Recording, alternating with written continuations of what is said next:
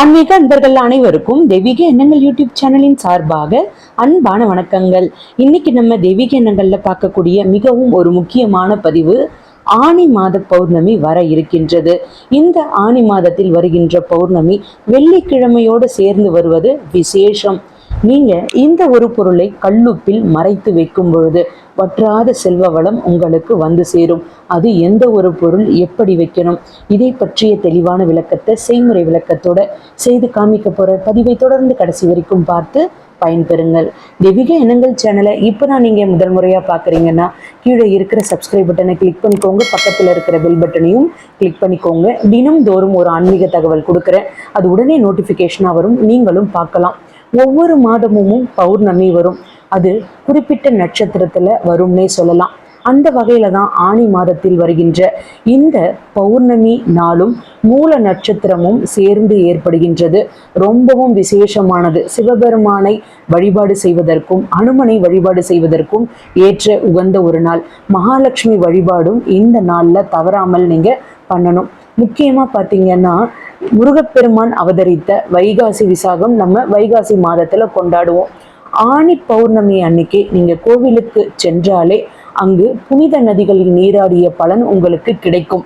ஆனி மாதத்துல உத்தராயண காலத்துல வருகின்ற கடைசி பௌர்ணமி இது. எந்த நாளில் இது வருகின்றது அப்படின்றத இப்பொழுது பார்த்துடலாம். 21ஆம் தேதி வெள்ளிக்கிழமையோடு வருகின்றது இந்த பௌர்ணமி திதி. அப்போ வெள்ளிக்கிழமையோட வர்றது எவ்வளவு ஒரு விசேஷம் பாருங்க. சுக்கிர பகவானுக்கு உரிய ஒரு நாள், மகாலட்சுமி தாயாருக்கு உரிய ஒரு நாள். இந்த நாள்ல நம்ம வேண்டுதல் வைத்தா அது உடனே நடக்க ஆரம்பிக்கும். இப்பொழுது பௌர்ணமி திதியின் நேரம் எப்பொழுது ஆரம்பித்து எப்பொழுது முடிவடைகின்றது அப்படின்றத பார்த்துடலாம். ஆனி மாதம் 2024 பௌர்ணமி திதி நேரம் ஜூன் 21ஆம் தேதி வெள்ளிக்கிழமை காலை 7:16 மறுநாள் சனிக்கிழமை ஜூன் 22ஆம் தேதி காலை 7:29 வரைக்கும் இருக்கு. அதனால தவறாமல் இந்த பௌர்ணமி வழிபாடு எந்த நேரத்துல செய்யணும் அப்படின்றத இப்பொழுது நான் சொல்லிடுறேன். இந்த வழிபாட்டு முறையை மாலை நேரம் பண்ணுங்க. நான் சொல்லக்கூடிய ஒரு பொருளை கல்லுப்புல மறைத்து வைக்க சொன்னேன். அதை நீங்க எந்த நேரத்துல பண்ணணும், முக்கியமான ஒரு நேரம் இருக்கு, அந்த நேரத்துல பண்ணுங்க. கண்டிப்பாக உங்களுக்கு செல்வம் சேருவது உறுதி. அது எப்படி பண்ணணும் அப்படின்றத, எந்த நேரம் அப்படின்றத இந்த பதிவின் கடைசியில சொல்லிடுறேன். இப்பொழுது என்ன பண்ணணும் அப்படின்றத பார்த்துடலாம். இந்த ஆனி பௌர்ணமி என்று செய்யக்கூடிய சில முக்கியமான விஷயங்கள் என்ன அப்படின்றத சொல்லிடுறேன். வெள்ளிக்கிழமை காலையில் தொடங்கி சனிக்கிழமை வரைக்கும் இருக்கு. அதாவது சனிக்கிழமை காலையில முடியுது அப்படின்னு சொன்னேன். முக்கியமா வீட்டுல பூஜை செய்யும் பொழுது மகாலட்சுமி தாயார் பூஜை பண்ணுங்க. காலையில நீங்க பூஜை செய்ய ஆரம்பித்தீங்கன்னா அம்மன் படத்தை எல்லாமே நல்லா தொடச்சி மல்லிகைப்பூ, வாசனையான மலர்கள், மஞ்சள், குங்குமம், சந்தனம் வைத்து வழிபாடு செய்ய வேண்டும். மகாலட்சுமிக்கு உண்டான மந்திரங்களை சொல்லி வழிபாடு செய்ய வேண்டும். பூஜை அறையில சாம்பிராணி போடுங்க. அதே மாதிரி மாலை நேரம் கோவில்களில் பார்த்தீங்கன்னா காலைகள்லையும் மாலை நேரத்திலையும் வெள்ளிக்கிழமை சிவன் கோவிலுக்கு சென்று அபிஷேகத்துக்கு பொருட்கள் வாங்கி கொடுக்கலாம். பூக்களால் அர்ச்சனை செய்து வழிபாடு செய்யலாம். அதே மாதிரி துர்க்கையம்மன் வழிபாடு, அம்பாள் வழிபாடு இன்றைய நாளில் தவறாமல் செய்யணும். அன்னதானம் நீங்கள் செய்யணும். பௌர்ணமி அன்னைக்கு சிவன் பார்வதி ஒன்றாக இருக்கும் படத்தை வைத்து வீட்டில் பூஜை செய்தீங்கன்னா ரொம்ப ரொம்ப நல்லது. பௌர்ணமி திருவண்ணாமலை கிரிவலம் செல்ல நல்ல நேரம் என்ன அப்படின்றத இப்போ சொல்லிடுறேன். ஜூன் 21ஆம் தேதி காலை 7 பௌர்ணமி திதி தொடங்குகின்றது. அதனால நீங்க சனிக்கிழமை காலை 7 வரைக்கும் கிரிவலம் போகலாம்.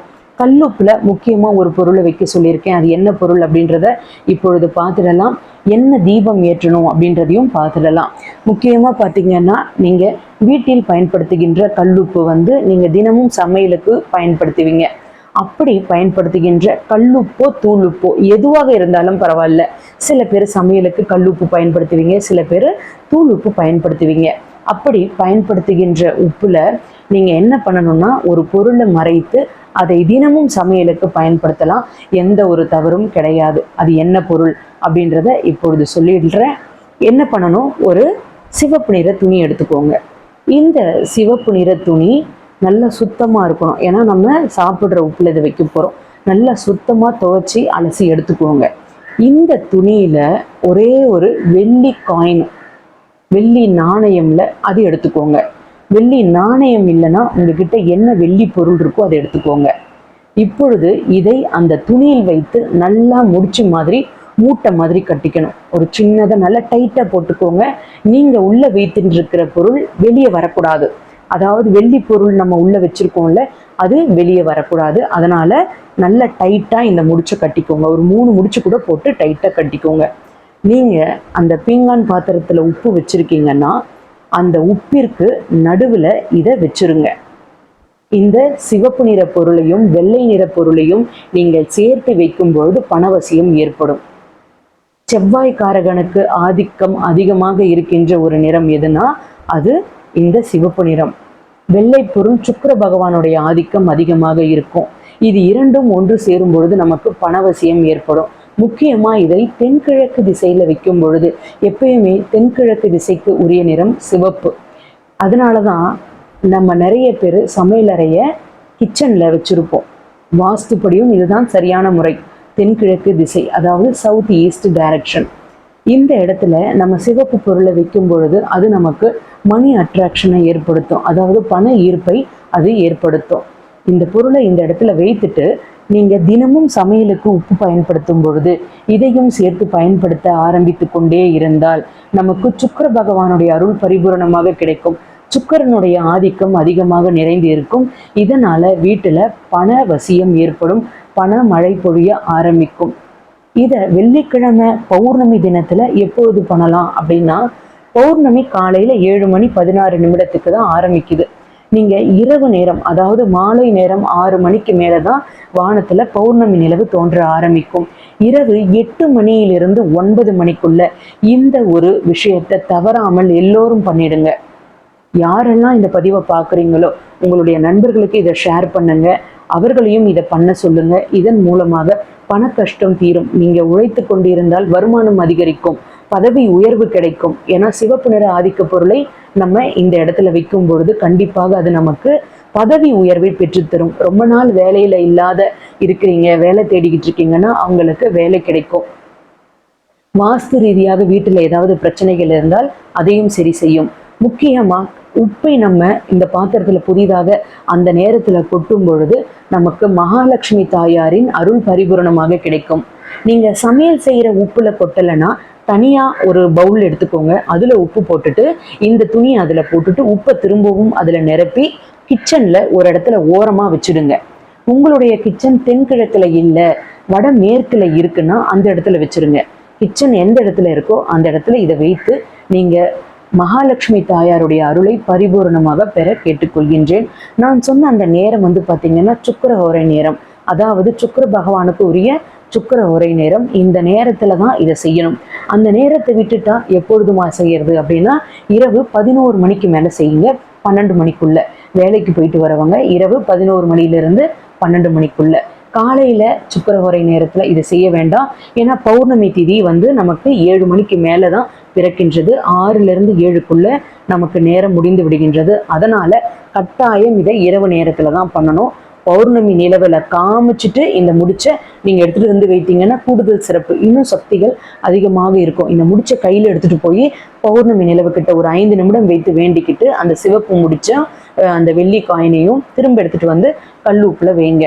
இப்படி வைத்து வழிபாடு செய்து பாருங்க. கண்டிப்பாக உங்களுடைய வாழ்க்கையில கடன் இல்லாத வாழ்க்கையை வாழலாம்.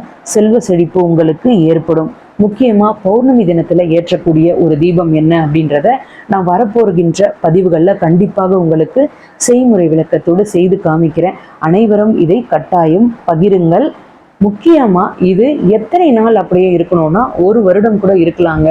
நீங்க எந்த தப்பும் கிடையாது. தினமும் சமையலுக்கு பயன்படுத்துகின்றமா, உப்பு காலி அடிச்சு திரும்பவும் இதுலயே உப்பை நிரப்பிக்கலாமானா நிரப்பிக்கலாம். துணி நீங்க 3 மாதத்துக்கு ஒரு முறை எடுத்து அலசிட்டு திரும்பவும் நல்லா காய வச்சுட்டு இதே வெள்ளி காயினை வைத்து நல்லா முடிச்சு போட்டுட்டு வெள்ளிக்கிழமையில திரும்பவும் வைக்கிறதா இருந்தா வெள்ளிக்கிழமை பௌர்ணமி நாட்கள்ல வைங்க. சக்திகள் அதிகமாக இருக்கும். சிவபெருமானுடைய ஆசீர்வாதமும் உங்களுக்கு கிடைக்கும். மகாலட்சுமி தாயாரின் ஆசீர்வாதமும் பரிபூரணமாக கிடைக்கும். வாழ்க வளமுடன். இன்னைக்கு நான் கொடுத்த இந்த தகவல் உங்களுக்கு பயனளிக்கக்கூடியதாக இருக்கும்னு நான் நினைக்கிறேன். இந்த வீடியோ பிடிச்சிருந்தா லைக் பண்ணிக்கோங்க. உங்களுடைய நண்பர்களுக்கும் உறவினர்களுக்கும் ஷேர் பண்ணுங்க. அவர்களும் இதன் மூலமாக பயன்பெறட்டும். தெய்வீக எண்ணங்கள்ல இதே மாதிரி நிறைய ஆன்மீக தகவல்கள்லாம் இருக்கு. தவறாமல் பாருங்க. இன்னும் நீங்க தெய்வீக எண்ணங்கள் சேனலை சப்ஸ்கிரைப் பண்ணாமல் இருக்கீங்கன்னா கீழே சப்ஸ்கிரைப் பட்டன் இருக்கு, சப்ஸ்கிரைப் பண்ணிக்கோங்க. பக்கத்திலேயே பெல் பட்டன் இருக்கு, கிளிக் பண்ணிக்கோங்க. அப்பொழுதுதான் நான் உங்களுக்கு கொடுக்கின்ற இந்த ஆன்மீக தகவல் தினமும் கொடுத்துட்டு இருக்கேன், அது நோட்டிபிகேஷனா வரும், நீங்களும் பார்க்கலாம். மீண்டும் நாளை ஒரு நல்ல ஆன்மீக தகவலோடு நான் உங்களை சந்திக்கின்றேன். நன்றி, வணக்கம்.